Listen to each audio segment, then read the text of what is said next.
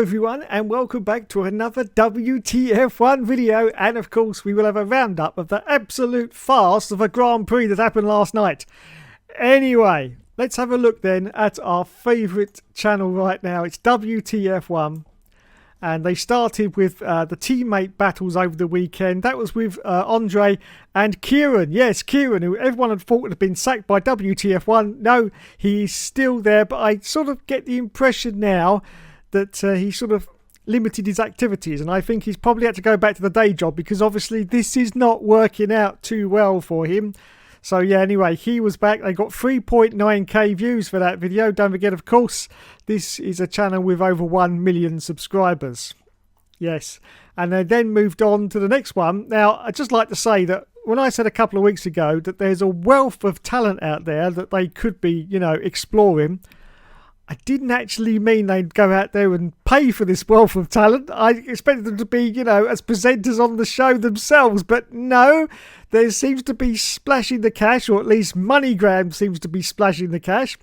And first of all, we got the qualifying session with Break F1. Yes, he's, I think, an ex-McLaren sort of mechanic, I do believe. He's got his own YouTube channel, so go check him out.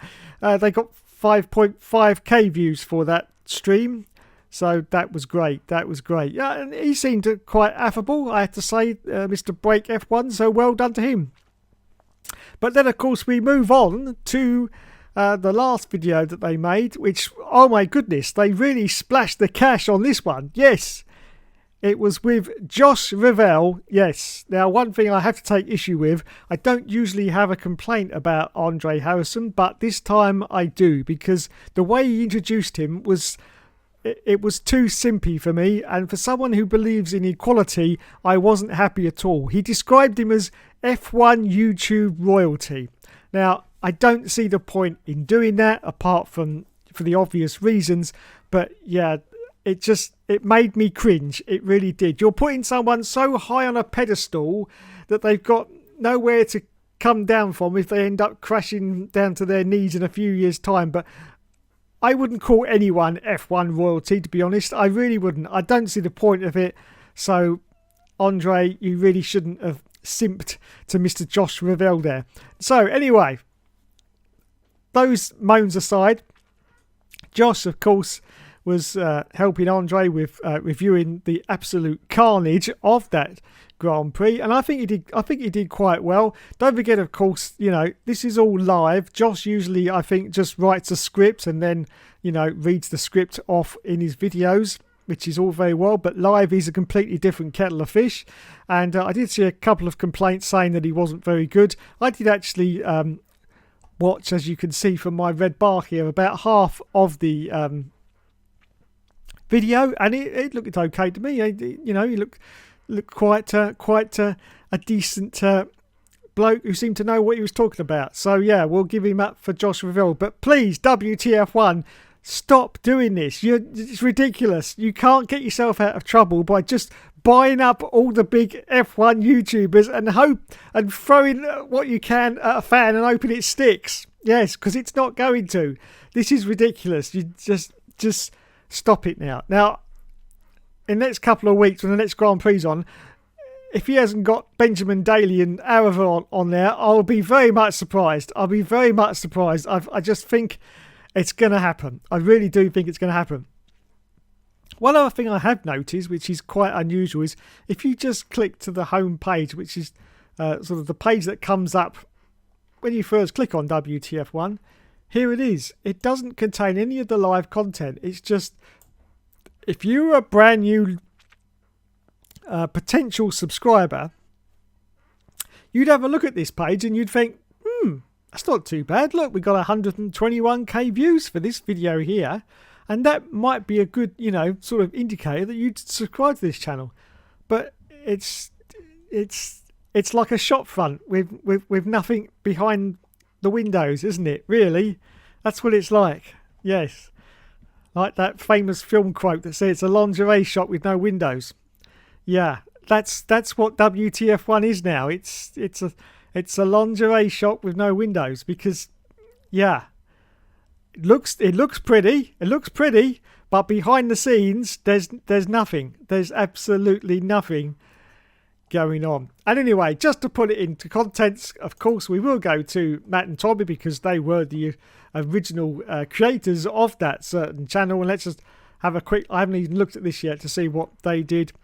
They've just done one an hour ago, 17. I did notice that WTF1's live video with the Australian Grand Prix winners with 17k views. I did notice that Matt and Tommy then did their video, and within 42 minutes of releasing that video, they'd actually overtaken them in views. Yes, 42 minutes. 42 minutes. Yes. Anyway, as you can see, if we look along here to the funniest tweets, it's got 289,000 views. 200, and don't forget everyone, this is a 332k subscriber channel. 289k views. I was bigging them up a little bit too much there, but yeah, 289k views. Not a lot else you can say, really, is there? Not a lot else you can say. But there you go. So that is the WTF1 news. Now we move on to that absolute farce of a Grand Prix, which I'm still trying to get over. It, of course, all started with Alex Albon when he had his little crash. Now, the red flag should never have been done for this crash. I mean, just if you look at this picture here, there's a lot of gravel, which is fair enough, a lot of gravel to clear up, but you should not have red flagged it for gravel. Now, there is a point in time where safety is always paramount, but there's a point in time where safety becomes nannying and safety becomes too much. And that's what I think F1 has now become. They're trying to make it too safe. The world out there is not safe. It's not safe at all out there. There are dangers in the world that we live in. And in Formula One, it has always been a dangerous sport. You always try to keep it as safe as possible, but there's always a certain danger to Formula One. And here's a clear example of where they have gone too far. If we go back to Grand Prix in the past, I seem to remember one, I think it was with Ralf Schumacher, they brought out the safety car and they went round the safety car, I think it was like 9 laps. Ralf Schumacher was being attended to by medical personnel in his car while the rest of the field were going past in the safety car. Now, that's the thing that is absolutely ridiculous to me. Absolutely ridiculous. Now, Martin Brundle has come out today and said, no, there is absolutely no Netflix shenanigans going on here. You know, the stewards are not trying to improve the show or anything like that. I'm not so sure. If that is the truth, then the FIA need to sort out their own rule book because they don't really seem to know what is going on. I've said this in a tweet this morning, but at the moment it's like RoboCop 2, if anyone remembers that film, when RoboCop always had 4 directives. If you remember that, and that was it. Okay? And then in RoboCop 2, they took away his 4 directives and gave him about 200. And he was so confused he didn't know what he was doing. And that, to me, is what the FIA is like. They don't seem to know their own rules. They're like, hang on. And it's just, the whole thing is a complete and utter mess. So they should use this time, this big break that we've got now before next Grand Prix because China's been cancelled. They should use this time to get clarification on their own rules, and I think they need to simplify it. They really do, because this new restart rule after red flags, it's just ridiculous. And finishing the race 1 lap after the safety car, I was literally in disbelief. I really was. They've cancelled Grand Prix, okay, with 9 laps to go still. They've red flagged it and they said that's it. It's game over. So why on earth did they have to go round again for one last Ponzi formation lap? Because that's all it was, to cross the line. That was absolutely ridiculous. Absolutely ridiculous. Now, understand it's because they have now changed the rules. Yes, they've changed the rules. And, you've got to start under restarts now and go.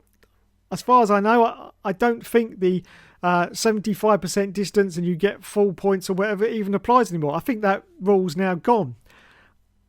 I wish somebody would release the FIA rule book so all of us can have a look and see if we can understand what the hell is going on. Because if the FIA don't know what's going on, how are we supposed to, as we're the viewers, the people that make you the money, are going to understand what is going on? Because we just don't get it. We honestly just don't get it. Now, I understand that Australia, as I say, because there's barriers, then it's difficult for cars to get cleared from the circuit. That's true. That's still very true. But they could have cleared Albon's car. They could have swept that mess up in 5 or 6 laps under a safety car. It would have been fine. You didn't need a red flag for that. And then, of course, we get the absolute farce later on of K-Mag slightly hitting the wall, losing his tyre. The wheel was still on. It was only the tyre. Lots of people said, oh, there was debris all over. No, there wasn't. There was just sparks from the bottom because it was touching.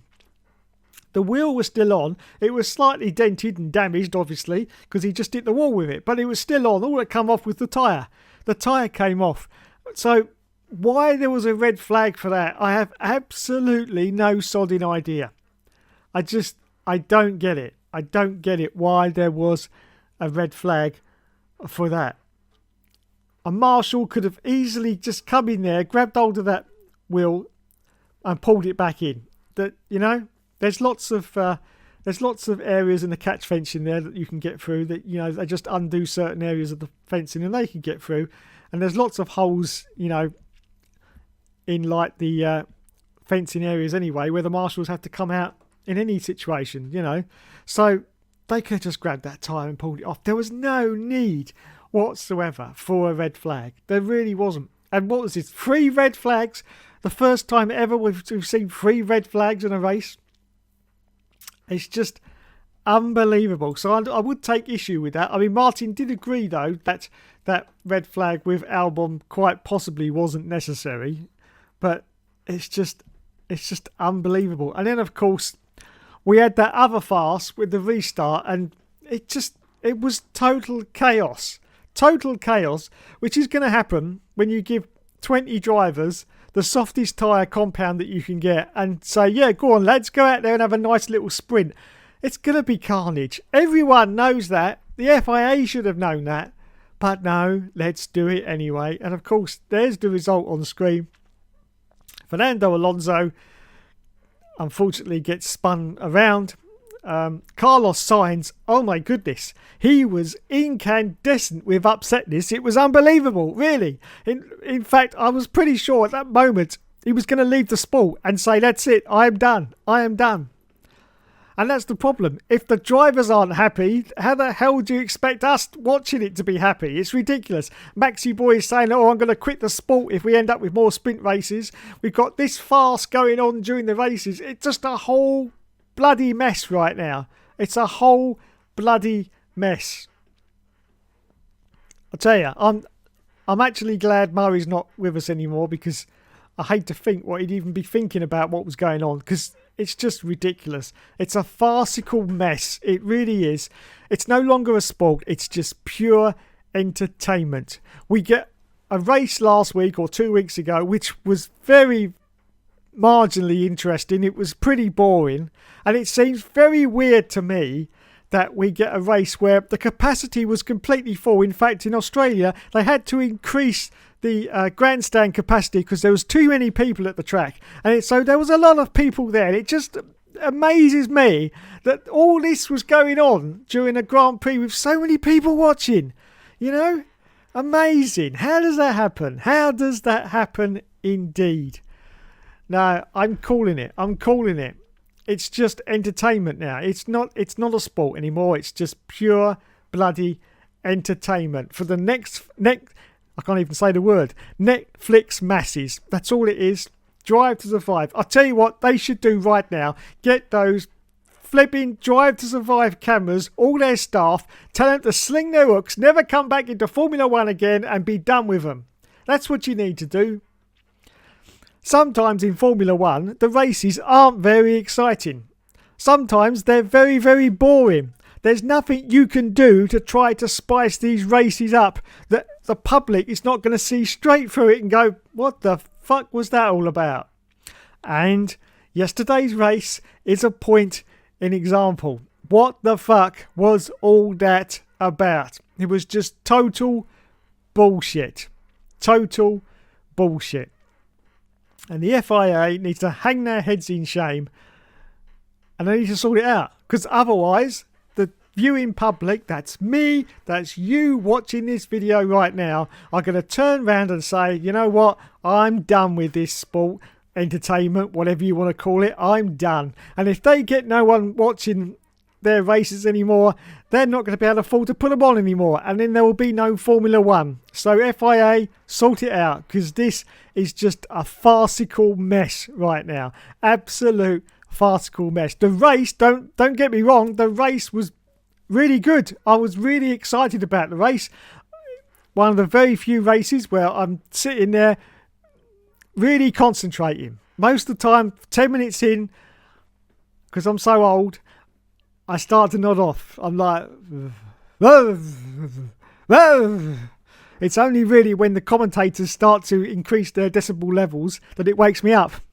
Because I watch the telly with headphones on. So I'm like, see? But this one, I was watching it intensely because I was enjoying it. That's why, because it was a great race until the end of it, which was a complete and utter balls up. All right. The red flag for Albon, I still say it shouldn't have happened. It did happen. We moved on. The race restarted.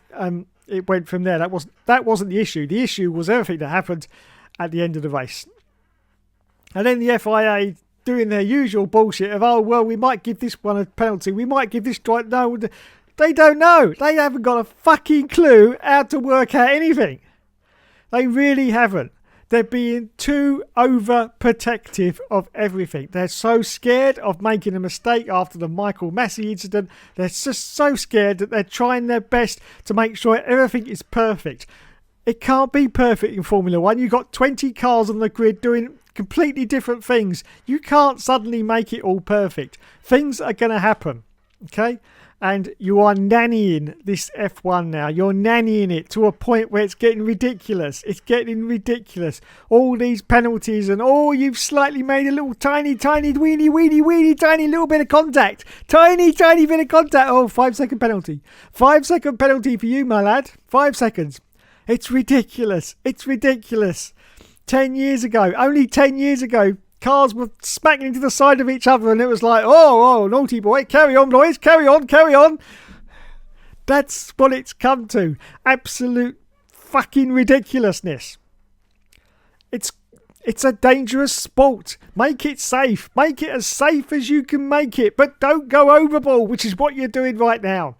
You're going too far in the other direction, and that's another direction that I do not like whatsoever. No.